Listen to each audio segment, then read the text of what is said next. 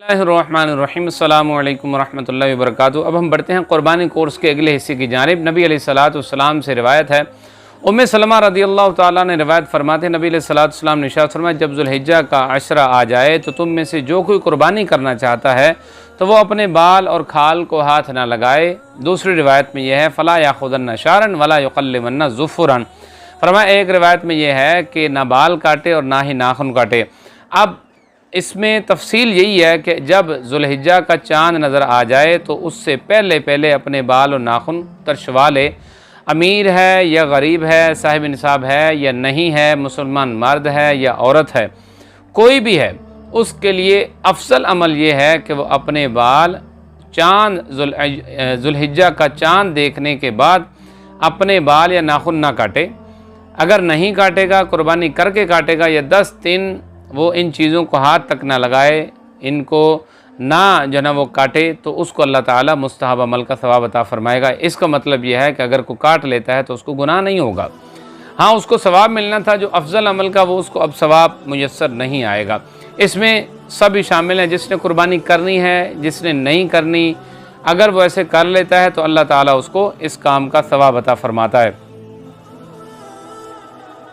क़ुरबानी वाजिब होने की जो शराइत हैं उसमें सिंपल सी कुछ कंडीशंस हैं, वो मैं आपको गोशगुजार करता चलूँ। वो क़ुरबानी जो हज़रत इब्राहीम अलैहिस्सलाम की सुन्नत को कायम रखने के लिए की जाती है, वो सिर्फ़ और सिर्फ गनी शख्स पर वाजिब है, जो अमीर है, साहिब निसाब है, जिसके पास 52.5 तोले चांदी की मकदार मालियत या इतनी इजाफ़ी जो ज़रूरत से चीज़ें हैं वो मौजूद हैं, क़ुरबानी के अय्याम में मौजूद हैं, यानी 10 ज़ुल्हिज्जा, 11 ज़ुल्हिज्जा, 12 ज़ुल्हिज्जा, इन 3 दिनों में उसके पास ये माल मौजूद रहा या पहले नहीं था, इन 3 दिनों में आ गया, तो उस शख्स पर कुर्बानी लाजिम होती है। इसके अलावा कोई भी शख्स या फ़कीर है या गरीब है, उस पर साहिब निसाब नहीं है, तो अगर वो कुर्बानी करेगा तो वो कुर्बानी नफली कहलाएगी और वो कुर्बानी वजूबी नहीं कहलाएगी। हाँ, ऐसी बात सूरतें भी हैं जिनमें फ़कीर पर भी कुर्बानी वाजिब हो जाती है। जैसे कोई नज़र मान लेता है कि अल्लाह अज़्ज़ा व जल्ला के लिए मैं मन्नत मानता हूँ कि मैं एक गाय को ज़बह करूँगा, मैं मन्नत मानता हूँ कि एक बकरी को ज़बह करूँगा, या इस गाय की, इस बकरी की स्पेसिफ़िक कर लेता है, इशारा करके उसको ख़ास कर लेता है उसी जानवर को। अब उसी जानवर को कुर्बान करना वाजिब हो जाता है। इसी तरह अगर फ़कीर ने कुर्बानी के लिए जानवर ख़रीदा तो भी इस पर वाजिब हो जाएगा।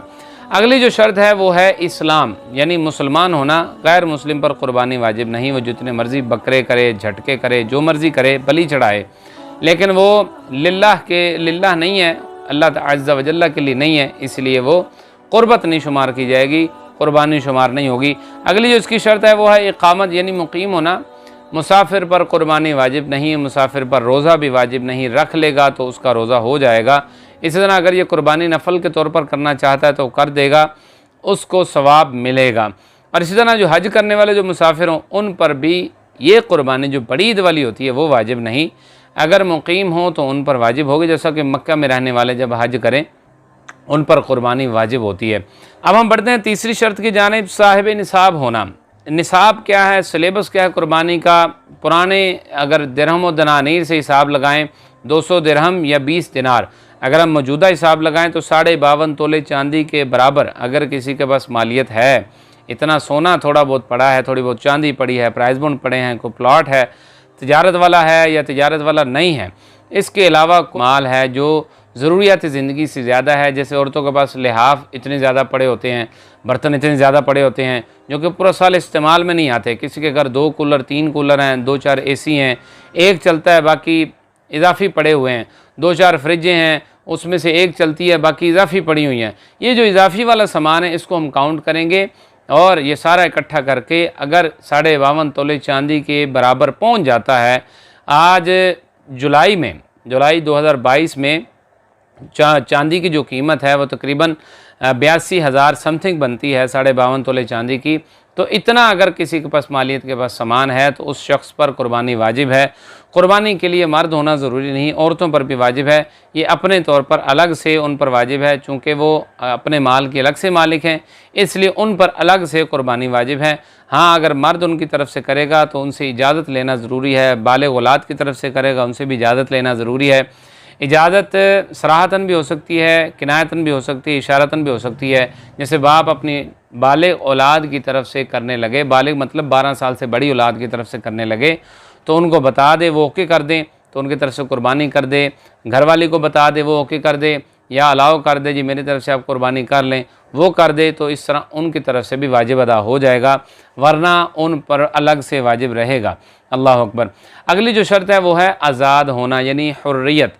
ग़ुलाम पर कुर्बानी वाजिब नहीं है, और अगरचे इसमें ग़ुलामी की सूरत आजकल नापैद हैं, तो इसको हम यहीं पर क्लोज़ करते हैं। नंबर 5वीं जो शर्त है वो है बालिग होना। बालिग होना जो शर्त है, अगर कोई शख्स ने, किसी शख्स ने अपने बेटे के नाम पर प्रॉपर्टी लगा रखी है, और वो कुर्बानी से बचने के लिए नहीं, ज़कात से बचने के लिए नहीं, सिर्फ़ और सिर्फ पहले से ही इत्तिफ़ाक़न उसने अपने बेटे के नाम प्रॉपर्टी लगा रखी है, कोई बैंक बैलेंस है, और बच्चा अभी 12 साल से छोटा है, बच्ची है 9 साल से छोटी है, तो ये इट मीन्स के बालिग नहीं है। जब बालिग नहीं है तो इन पर कुर्बानी वाजिब नहीं है, तो ना इस पर ख़ुद वाजिब है, न बालिग पर, बच्चे पर, और ना ही इनकी तरफ से इनके बाप पर वाजिब है। हाँ, वाजिब नहीं है, बेहतर है कि कर दे, तो इसको सवाब इंशाअल्लाह अज़्ज़ा मिलेगा, और इसका ऐसा जो है ना वो नहीं करेगा तो गुनाह नहीं होगा। कुर्बानी वाजिब होने की ये शराइत मुकम्मल हो गई।